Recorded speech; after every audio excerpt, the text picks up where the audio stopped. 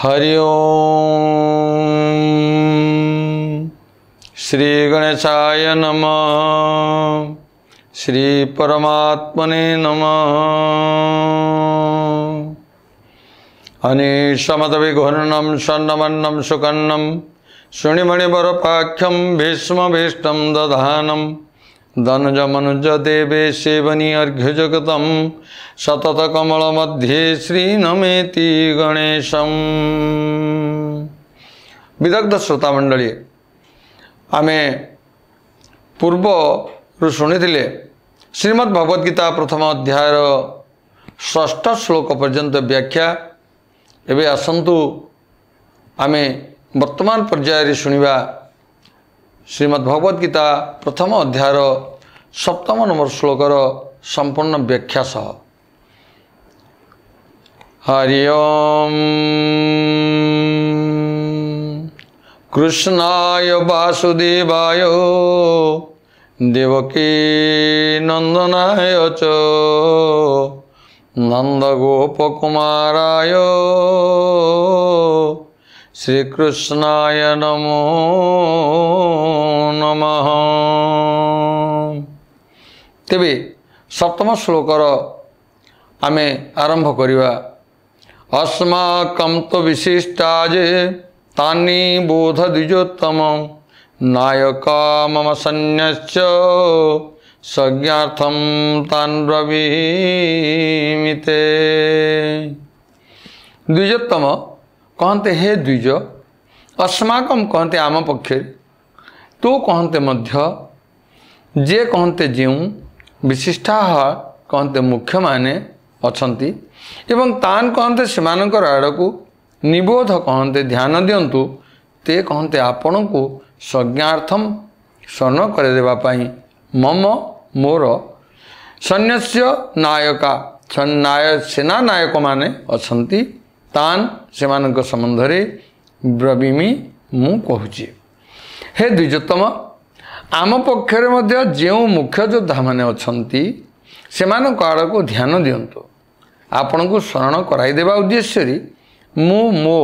सेनानायक मानक संबंध रे कहूची। तेबे आसंतु संपूर्ण व्याख्या सुनिबा।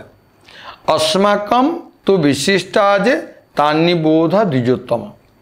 दुर्योधन द्रोणाचार्य को कहते हे द्विजश्रेष्ठ, पांडव सेना रे जेपरी श्रेष्ठ महारथी माने अछंती सेहीपरि आम सेना रे मध्य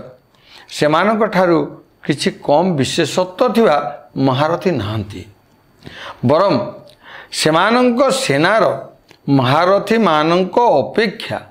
आम सेनार महारथी माने अधिक विशेषत्व संपन्न,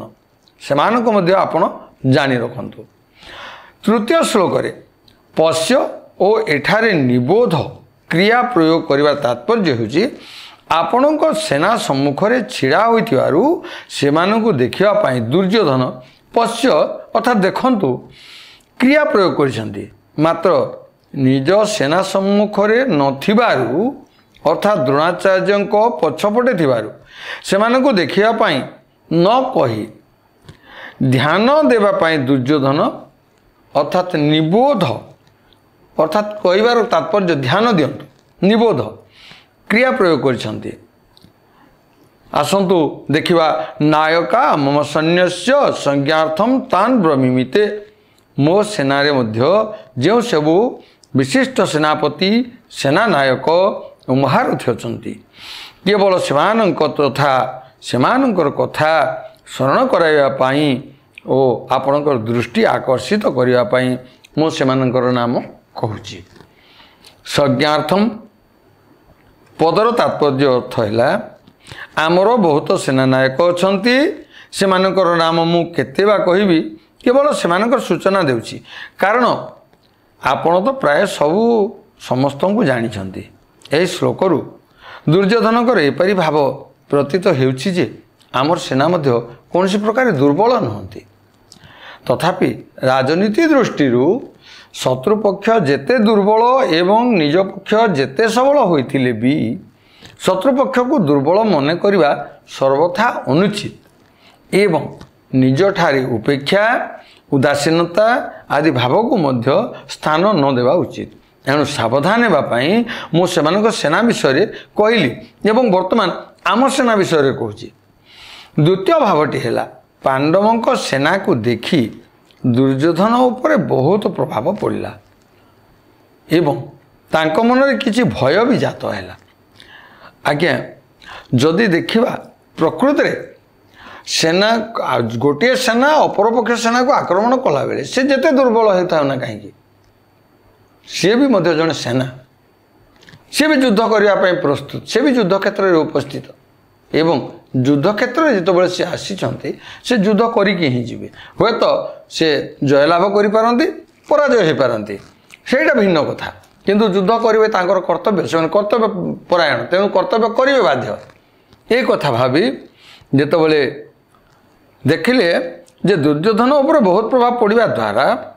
तांको मन में भी किछिटा भय जात होइछि सत कथा दुर्बल पक्ष को देखि सबल पक्ष भय करुछि तथापि सेते भयभीत नहीं कारण संख्यार कम होते पांडव मान पक्षर अनेक धर्मात्मा थिले एवं स्वयं भगवान भी थिले जो पक्षर धर्म और भगवान रहती तार समस्त उपरे प्रभाव पड़े यहीटा सत कथा जेहेतु भगवान अच्छा भगवान समस्ते समान एवं धर्म समस्ते समान तेणु धर्म पक्ष को देखिए भयभीत दुर्योधन हबार कारण यहीटा थिला प्रथम जो पक्षर धर्म और भगवान रहती समस्त प्रभाव पड़े अत्यंत पापी और अत्यंत दुष्ट व्यक्ति उपर तार प्रभाव पड़े केवल सेतिकी नुहे पशु पक्षी वृक्ष लता आदि उपर तार प्रभाव पड़े यार कारण धर्म और भगवान नित्य सत्य जेते उच्चतर भौतिक शक्ति होते भी ताहा अनित्य एथिपाई दुर्योधन उपर पांडव सेनार खूब प्रभाव पड़ा मात्र तांको अंतर रे मुख्य रूपे भौतिक बलर विश्वास थिबारु से द्रोणाचार्य हृदय